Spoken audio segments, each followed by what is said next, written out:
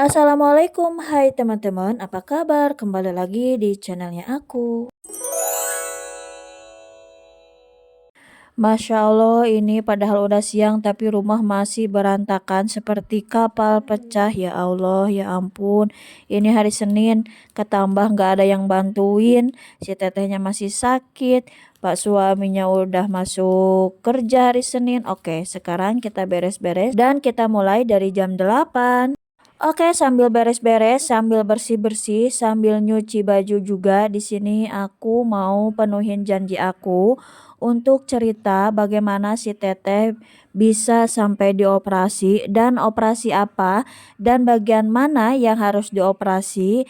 Jadi simak videonya dan ceritanya ya teman-teman. Pokoknya maaf banget kalau teman-teman kurang ngerti dengan bahasa yang aku ucapin. Mungkin nanti ke depannya aku itu bakalan bercerita sambil bahasanya itu campur-campur, ada Indonesia atau Sunda. Pokoknya mah harap dimaklumi ya teman-teman. Oke, jadi ceritanya itu gini. Jadi dulu si Teteh waktu usia 9 bulan, jadi pas ngorondang gitu geningnya kalau bahasa Sunda nama ngorondang atau merangkak. Jadi si Teteh itu megang magicom yang lagi dipakai masak nasi. Terus kan di bagian tutup magicom itu aya bolongan geningnya, ada lubang untuk ngeluarin asapnya gitu, untuk ngeluarin uapnya. Nah, ceritanya ada anak santri cewek yang ikutan masak nasi di dapur aku yang dulu yang masih rumah mama.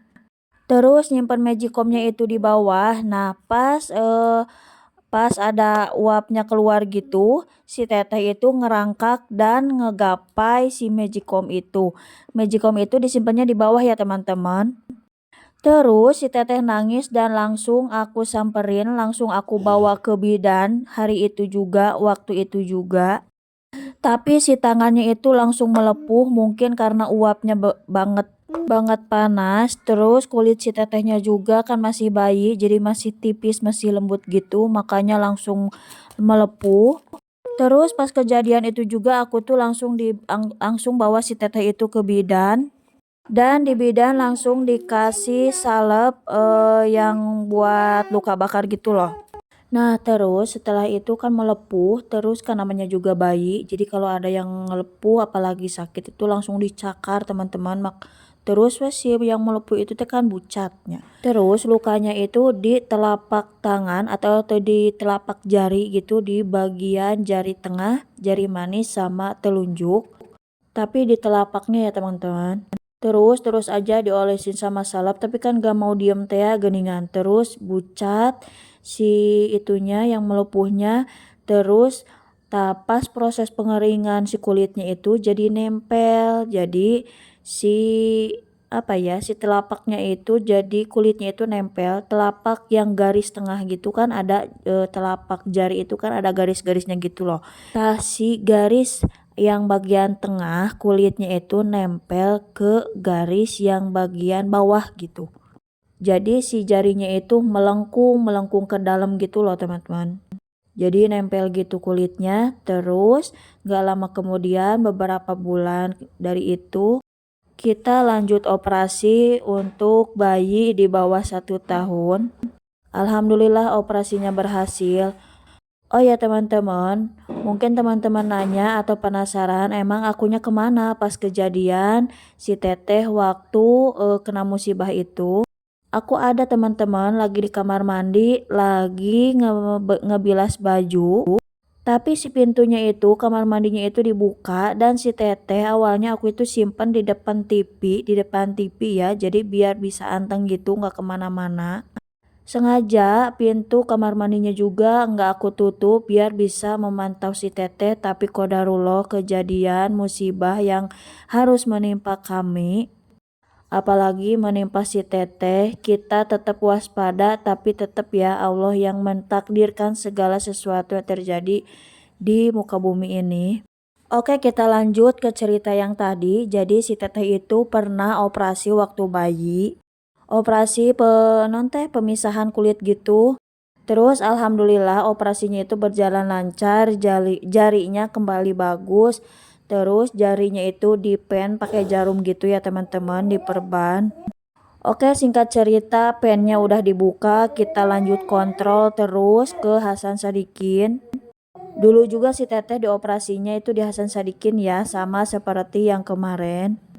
Nah, pas waktu penyembuhan lukanya itu, jadi kita itu enggak ngelanjut kontrol ke Hasan Sadikin, tapi kita pindah dokter ke dokter yang deket rumah aja.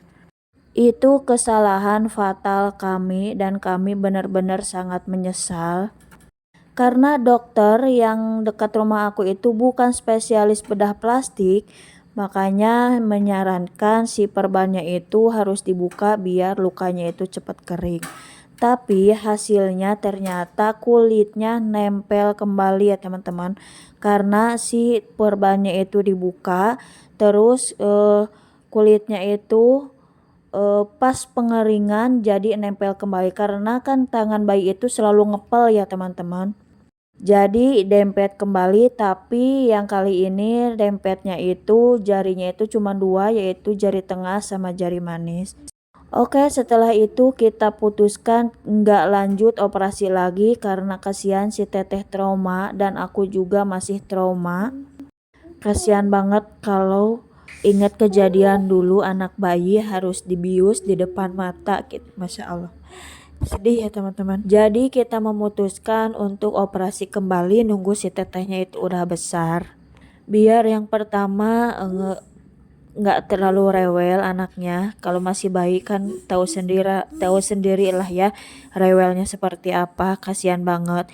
Dia itu jadi kalau udah besar dioperasi dia itu bisa mengeluh atau bisa meminta keinginan atau bisa mengutarakan apa yang dirasanya itu kan, soalnya udah bisa ngomong gitu, udah bisa curhat ke aku atau ke suami. Tapi kalau masih bayi itu hanya bisa nangis, jadi belum bisa mengutarakan apa yang dia rasa gitu, apa atau apa yang dia pengen.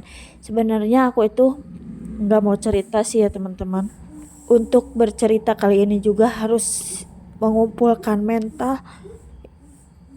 Ini juga sih apa ya, ngisi suara ini juga beberapa kali berhenti, beberapa kali tag gitu untuk bisa menyambungkan ceritanya dengan emosi atau dengan mental aku mungkin ya yang belum siap atau belum kuat. Jadi maaf banget kalau ceritanya itu kurang jelas atau kurang komplit, mungkin karena apa pengetahuan bahasa saya yang kurang atau pengetahuan bercerita saya itu memang kurang bagus. Ketambah sayanya juga harus menahan emosi sedih, emosi pilu. Jadi ya mungkin mudah-mudahan teman-teman bisa memakluminya.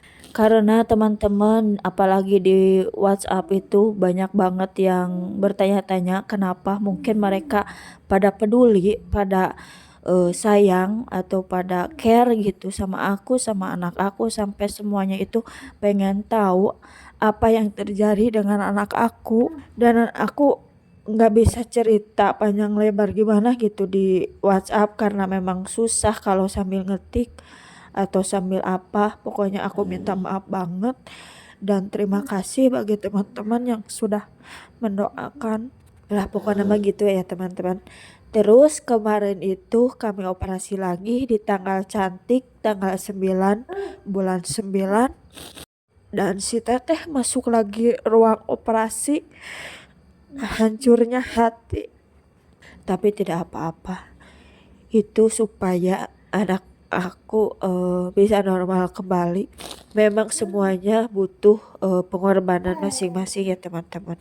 Alhamdulillah sekarang jarinya udah bagus, udah dipen kembali, cuman masih diperban. Cuman kita sekarang catatannya itu harus sampai beres kontrol ke rumah sakit sampai dokter menyatakan anak aku udah sembuh total. Pokoknya singkat cerita dari aku itu seperti ini ya teman-teman. Mudah-mudahan teman-teman bisa memahaminya semua cerita aku dan mohon maaf apabila banyak banget kekurangannya, mungkin ceritanya enggak nyambung atau apa. Dan aku minta teman-teman untuk stop, apalagi teman-teman WhatsApp, untuk sudahlah, gak usah terlalu kepo atau terlalu mengulik-ngulik kenapa, ada apa atau apa, pengen detail banget ceritanya. Aku mohon teman-teman bisa memakluminya, karena mungkin trauma atau kesedihan yang aku alami itu tidak akan tidak akan sembuh dengan waktu cepat, mungkin beberapa tahun kemudian atau berapa waktu lagi. Jadi aku mohon pengertiannya bagi teman-teman ya, dan terima kasih terus support dan dukung dan doa untuk anak aku supaya bisa kuat, bisa normal kembali, dan bisa sehat selalu ya teman-teman. Dan begitulah ceritanya ya teman-teman.